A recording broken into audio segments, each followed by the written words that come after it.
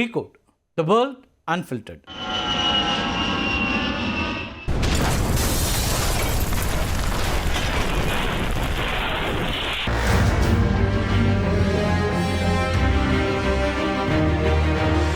Goodbye, India.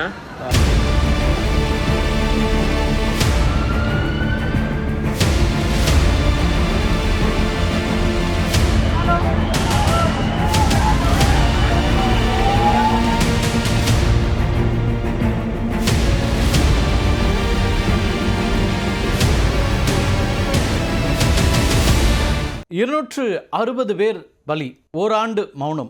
Ahmedabad வான்வழி பேரழிவு நடந்து ஓராண்டு கடந்தும் விபத்தோட பின்னணியில் இருக்கக்கூடிய மர்ம முடிச்சுகளை அவிழ்க்க முடியாமல் புலனாய்வு அமைப்புகள் திணறிக்கிட்டு இருக்காங்கன்னு தான் சொல்லணும். அது பற்றி தான் இன்றைய காணொலியில் பார்க்க இருக்கிறோம்.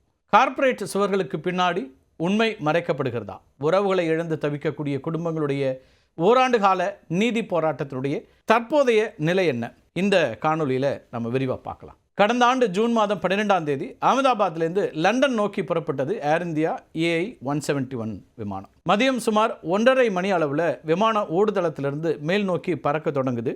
விமானம் புறப்பட்ட 3 நொடிகளில் 180 knots வேகத்தை எட்டிய உடனே காக்பிட்டில் இருந்த 2 என்ஜின்களுடைய எரிபொருள் கட்டுப்பாட்டு சுவிட்சுகளும் ரன் நிலையிலிருந்து கட் ஆஃப் நிலைக்கு மாறுது. ஒரு நொடி இடைவெளியில் 2 சுவிட்சுகளுமே ஒன்றன் பின் ஒன்றாக கட் ஆஃப் நிலைக்கு போகுது. இதனால் என்ஜின்களுக்கான எரிபொருள் விநியோகம் தடைபடுது. விமானம் தன்னுடைய வேகத்தையும் உயரத்தையும் இழக்க தொடங்குது. அவசர கால மின்சாரத்தை வழங்கக்கூடிய RAM ஏர் டர்பைன் அது தானாகவே இயங்குது. அதுக்கு பிறகு 3 நொடிகள் கழித்து 2 சுவிட்சுகளும் மீண்டும் ரன் நிலைக்கு மாற்றப்பட்டன. முதலாவது என்ஜின் மீள தொடங்கியது. ஆனால் 2வது என்ஜின் போதிய வேகத்தை பெறவில்லை. இப்போ காக்பிட் குரல் பதிவில் ஒரு விமானி இன்னொருத்திட்ட சொல்கிறாரு, ஏன் சுவிட்ச் ஆஃப் செஞ்ச அப்படின்னு கேட்குறதும், அதுக்கு இன்னொரு விமானி நான் செய்யவில்லை அப்படின்னு பதிலளிக்கிறதும் இதில் பதிவாகியிருக்கு. இதைத் தொடர்ந்து விமானி மேடே அப்படின்னு 3 முறை அவசர கால அபாய சிக்னலை அனுப்புகிறாரு. இந்த அபாய சிக்னல் அனுப்புறதுக்கு மேடேன்னு சொல்லுவாங்க. அடுத்த 6 நொடிகளில் பிளாக் பாக்ஸ் பதிவுகள் நின்று போச்சு.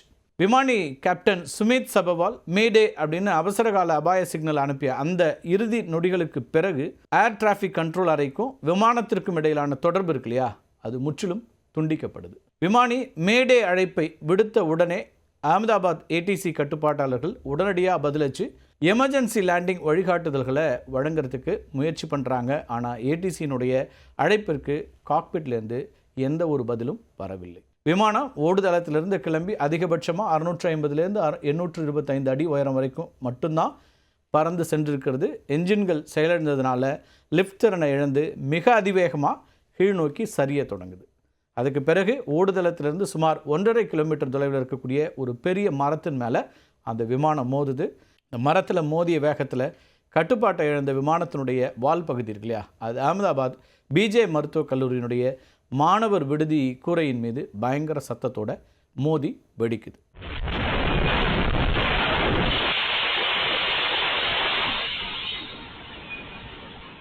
மோதிய வேகத்தில் விமானத்தினுடைய பின்பகுதி தனியாக கழண்டு விழுந்தது. 227 டன் எடை இருக்கக்கூடிய அந்த பிரம்மாண்ட விமானம் இருக்கு இல்லையா, அது கட்டடங்கள் மீது மோதி நொறுங்கியதில் அந்த பகுதியே கருப்பு புகையால் சூழ்ந்தது.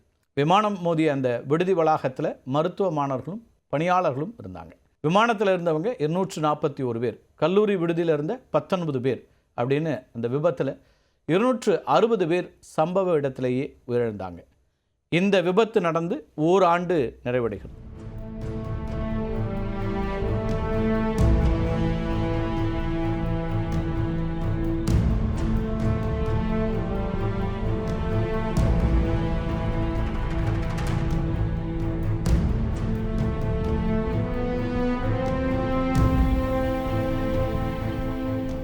விஸ்வாஸ் குமார் ரமேஷ் அப்படிங்கிறவர் மட்டும் உயிர் தப்பினார். விமான விடுதி கட்டடத்தின் மேலே மோதிய போது அவர் அமர்ந்திருந்த 11A இருக்கை மட்டும் தனியாக உடஞ்சி திறந்த வழி பகுதியில் போய் விழுது. அவசர கால கதவு உடஞ்சி ஏற்பட்ட அந்த இடைவெளி இருக்கு இல்லையா, அந்த வழியாக அவர் உடனடியாக வெளியேறி உயிர் தப்புறாரு. இந்த விமான விபத்து உலக அளவில் பெரும் அதிர்வலைகளை ஏற்படுத்திய உண்டு. இந்தியா முழுக்க பரபரப்பையும் கவலையையும் வருத்தத்தையும் ஏற்படுத்திய ஒரு பெரும் நிகழ்வாக அமைஞ்சது. கடந்த 10 ஆண்டுகளில் உலகளவில் நடந்த மிக மோசமான வான்வழி பேரழிவுகள் இருக்கு இல்லையா, அதில் இது ஒன்றாக பதிவாச்சு. இது மட்டும் இல்லை, 2011ஆம் ஆண்டு வணிக பயன்பாட்டிற்கு வந்த பிறகு போயிங் 787 ட்ரீம்லைனர் விமானம் சந்தித்த முதல் கோர விபத்து இதுதான். விபத்தோட தாக்கம் மற்றும் தீ விபத்தினால பல உடல்கள் அடையாளம் காண முடியாத அளவுக்கு சதஞ்சு போச்சு. இதனால உறவினர்களை அடையாளம் காண 250க்கும் மேற்பட்ட DNA மாதிரிகள் சேகரிக்கப்பட்டு அதுக்கு பிறகு உடல்களை ஒப்படைக்கக்கூடிய பணிங்கிறது வாரக்கணக்கில் நீடிச்சுது. இந்த மேடே அப்படிங்கிற அந்த ஒரே ஒரு அவசர கூச்சலுக்கு பிறகு வெறும் 32 வினாடிகளுக்குள்ளாக ஒட்டுமொத்த விமானமும் ஒரு பெரும் இடிபாடுகளாக மாறி இந்தியாவினுடைய மிக மோசமான வான்வழி பேரழிவுகளில் ஒன்றா பதிவாச்சு. சர்வதேச விமான போக்குவரத்து விதிகளின்படி விபத்து நடந்து ஓராண்டுக்குள்ள இறுதி அறிக்கை வெளியிடப்படணும். ஆனால் இந்தியாவினுடைய விமான விபத்து விசாரணை பணியகம் இருக்கு இல்லையா, அது இடைக்கால அறிக்கையை மட்டும்தான் வெளியிட்டிருக்கு. விமானத்தினுடைய GE ஏரோஸ்பேஸ் என்ஜின்கள் அது மட்டும் இல்லாமல் அதனுடைய மேலாண்மை அமைப்புகள் குறித்த தொழில்நுட்ப ஆய்வுகள் இன்னும் முடிவடையவில்லை. இதுக்காக இந்திய புலனாய்வாளர்கள் கடந்த ஏப்ரல் மற்றும் மே மாதங்களில் பிரான்ஸ் மற்றும் அமெரிக்காவுக்கு சென்று இன்ஜின் பாகங்களை விரிவாக ஆய்வுக்கு உட்படுத்தியிருக்கிறாங்க. இந்த ஆய்வுகள் முடிவடைகிறதுக்கு இன்னும் சில மாதங்கள் ஆகும். அப்படிங்கிறதுனால இந்த இறுதி அறிக்கை அப்படிங்கிறது தாமதமாக தான் சொல்லப்படுது. இந்த விபத்து நடந்து ஓராண்டு நிறைவடைந்திருக்கக்கூடிய நிலையில் இன்னும் விடை காண முடியாத 4 முக்கியமான கேள்விகள் உலக அளவில் பெரும் விவாதமாக நீடித்து வருது. 2 எரிபொருள் சுவிட்சுகளும் ஒரே நேரத்தில் எப்படி ஆஃப் செய்யப்பட்டன? இதுதான் இந்த விசாரணையுடைய மிக முக்கியமான ஒரு மர்மமான ஒரு கேள்வியாக இருக்குது. போயிங் 787 ட்ரீம்லைனர் விமானத்தில் தற்செயலாகவோ அல்லது தவறுதலாகவோ கைகள் பட்டு எரிபொருள் சுவிட்சுகள் அணைக்கப்படுறதை தடுக்கிறதுக்கு மெக்கானிக்கல் கார்ட்ஸ் இருக்கின்றன. ஒரு சுவிட்சை ஆஃப் செய்யணும் அப்படின்னாலே அதை தூக்கி ஒரு குறிப்பிட்ட கோணத்தில் இழுத்து தான் மூட முடியும். அப்படி இருக்க ஒரு நொடி இடைவெளியில் 2 வெவ்வேறு என்ஜின்களும் சுவிட்சுகளும் எப்படி கட் ஆஃப் நிலைக்கு மாறின அப்படிங்கிறது இன்னமும் விளக்க முடியாத ஒரு புதிராகவே இருக்கிறது. விபத்து விமானியினுடைய தற்கொலை முயற்சியா அல்லது தொழில்நுட்ப கோளாறா அப்படிங்கிற இன்னொரு கேள்வியும் தொக்கி நிற்கிறது. அமெரிக்க புலனாய்வு அமைப்புகள் அதேபோல் போயிங் நிறுவனம் இந்த ரெண்டுமே ஆரம்பத்திலிருந்தே இது விமானியினுடைய திட்டமிட்ட நடவடிக்கை அப்படிங்கிற கோணத்திலேயே காய் நகர்த்திட்டு இருந்தாங்க. விசாரணையை அந்த கோணத்திலேயே நகர்த்திட்டு இருந்தாங்க. காக்பீட்டோட குரல் பதிவில் ஒரு விமானி ஏன் சுவிட்சை ஆஃப் செய்தாய் அப்படின்னு கேட்க மற்றொருவர் நான் செய்யவில்லை அப்படின்னு அலறி இருக்கிறார். ஒருவேளை மென்பொருள் கோளாறு காரணமாக காக்பிட் கணினிகள் தவறான தரவுகளை காட்டி விமானிகளை குழப்பத்தில் ஆழ்த்தியதா அல்லது வயரிங் கோளாறால் சுவிட்சுகள் தானாகவே செயலிழந்ததா அப்படிங்கிறதுக்கு GE ஏரோஸ்பேஸ் நிறுவனத்திடமிருந்து இன்னமும் இறுதியான ஒரு பதில் வரவில்லை. விமானத்தோடைய முந்தைய கோளாறுகள் ஏன் அலட்சியப்படுத்தப்பட்டன அப்படிங்கிறது இந்திய விமானிகள் சங்கம் எழுப்பக்கூடிய மிக முக்கியமான ஒரு கேள்வி. இந்த விபத்து நடக்கிறதுக்கு சில மணி நேரங்களுக்கு முன்னாடி இதே விமானம் டெல்லியிலிருந்து அகமதாபாத் வந்துருந்துச்சு. அந்த பயணத்தின் போதே விமானத்தினுடைய ஸ்டெபிலைசர் மற்றும் ஏர் கண்டிஷனிங் உள்ளிட்ட முதன்மை மின்சார அமைப்புகளில் மின்னழுத்த குறைபாடுகள் அதேபோல் கோளாறுகள் இருந்ததா பதிவாகியிருக்கு. இந்த தொழில்நுட்ப கோளாறுகளை முழுமையாக சரி செய்யாமல் அவசரமாக லண்டன் பயணத்திற்கு இந்த விமானத்தை ஏன் அனுமதித்தார்கள் அப்படிங்கிற கேள்வி இருக்கு இல்லையா, அந்த கேள்விக்கு ஏர் இந்தியா அதேபோல் ஒழுங்குமுறை அமைப்புகள்கிட்ட தெளிவான பதில் இல்லை.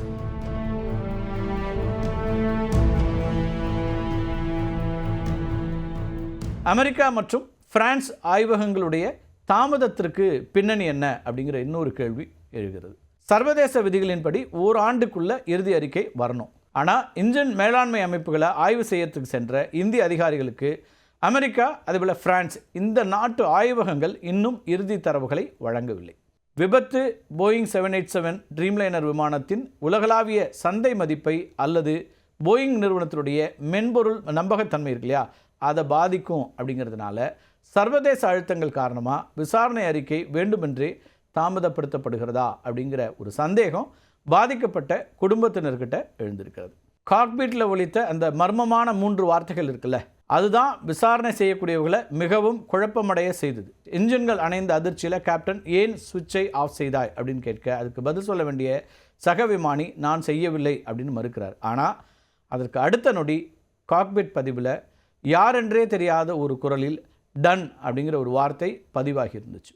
அது மனித குரலா அல்லது விமானத்தினுடைய தானியங்கி அமைப்பினுடைய சத்தமா அப்படிங்கிறது இன்றைக்கு வரைக்கும் மிகப்பெரிய மர்மமாகவே நீடிக்கிறது. விமான உலகத்திற்கு போயிங் 787 ட்ரீம்லைனர் அப்படிங்கிறது ஒரு அதிநவீன தொழில்நுட்ப மைல்கல். 2011 இந்த விமானம் வணிக ரீதியான பயன்பாட்டுக்கு வந்ததுலேருந்து 2025 ஜூன் வரைக்கும் சுமார் 14 ஆண்டுகள் ஒரே ஒரு விபத்தை கூட சந்திக்காத, ஒரு உயிரை கூட பலிவாங்காத உலகின் மிக பாதுகாப்பான விமானம் அப்படிங்கிற பெருமையை பெற்றிருந்துச்சு. ஏர் இந்தியா AI-171 விபத்து தான் ட்ரீம்லைனர் விமான வரலாற்றிலேயே முதல் ஹல் லாஸ், அதாவது விமானம் முழுமையாக அழிந்த ஒரு நிகழ்வு. முதல் உயிரிழப்பு பதிவாகி அதன் பெருமையை குலைச்சிருச்சு. விமானத்தில் 2 என்ஜின்களும் அணைந்து மொத்த மின்சாரமும் துண்டிக்கப்பட்ட அந்த 3 வினாடிகளில் விமானத்தினுடைய அடிப்பகுதியில் இருந்த ராம் ஏர் டர்பைன் தானாகவே வெளியே வந்து காற்றில் சுழல தொடங்குது. இது விமானத்தினுடைய அவசரகால மினி ஜென்ரேட்டர். என்ஜின்கள் இல்லாத போதும் காக்பிட் கணினிகளுக்கு, விமானியினுடைய கட்டுப்பாட்டு கருவிகளுக்கும் சில நொடிகள் மின்சாரம் வழங்கியது இந்த ரேட் தான். இது மட்டும் வேலை செய்யாமல் இருந்திருந்தால் விமானிகளால் மேடே சிக்னலை கூட அனுப்பியிருக்க முடியாது. விமான ஓடுதளத்திலேயே நேராக போய் மோதி இருக்கும். அந்த விமானம் விபத்துக்குள்ளான சில நிமிடங்கள்லேயே ஃப்ளைட் டேட்டா ரெக்கார்டர், அதேபோல் காக்பிட் வாய்ஸ் ரெக்கார்டர், இந்த 2ம் மீட்கப்பட்டன. ஆனால் அமெரிக்காவுடைய NTSB ஆய்வகத்திற்கு இவை அனுப்பப்பட்ட பிறகு இறுதி தரவுகள் வெளியிடப்படுறதுல அசாதாரணமான ஒரு தாமதம் ஏற்பட்டிருக்கு. FDR மற்றும் CDR தரவுகளை இந்தியாவில் ஆய்வு செய்யாமல் அமெரிக்காவுக்கு அனுப்பியதே தற்போதைய விசாரணை தாமதத்திற்கு மிக முக்கியமான காரணமாக மாறியிருக்கு. போயிங் நிறுவனத்திற்கு சாதகமாக தரவுகளில் ஏதேனும் மறைமுக திருத்தங்கள் அல்லது விளக்கங்கள் மாற்றியமைக்கப்படுகிறதா அப்படிங்கிற அச்சத்தை இந்திய வான்வழி நிபுணர்கள் வெளிப்படுத்தியிருக்கிறாங்க. விமான போக்குவரத்து துறையில் இறுதி விசாரணை அறிக்கை அப்படிங்கிறது வெறும் குற்றம் சுமத்துவதற்கான ஆவணம் அல்ல. அது எதிர்காலத்தில் இதுபோல கோர விபத்துகள் ஏற்படாமல் தடுக்கக்கூடிய பாதுகாப்பு பாடம். இப்போ அமெரிக்காவுடைய கார்ப்பரேட் நலன்களுக்கும் இந்தியாவினுடைய விமானிகள் சங்கத்தின் கௌரவத்திற்கும் இடையே நடக்கக்கூடிய இந்த தொழில்நுட்ப போரில் உண்மைகள் மறைக்கப்படாமல் வெளிவரது தான் பாதிக்கப்பட்ட குடும்பங்களுக்கு கிடைக்கக்கூடிய உண்மையான நீதியாக இருக்கும் அப்படிங்கிறது தான் இங்கே அத்தனை பேருடைய பார்வையாகவும் இருக்கிறது. மீண்டும் ஒரு காணொலியை சந்திக்கலாம் நண்பர்களே. நன்றி, வணக்கம்.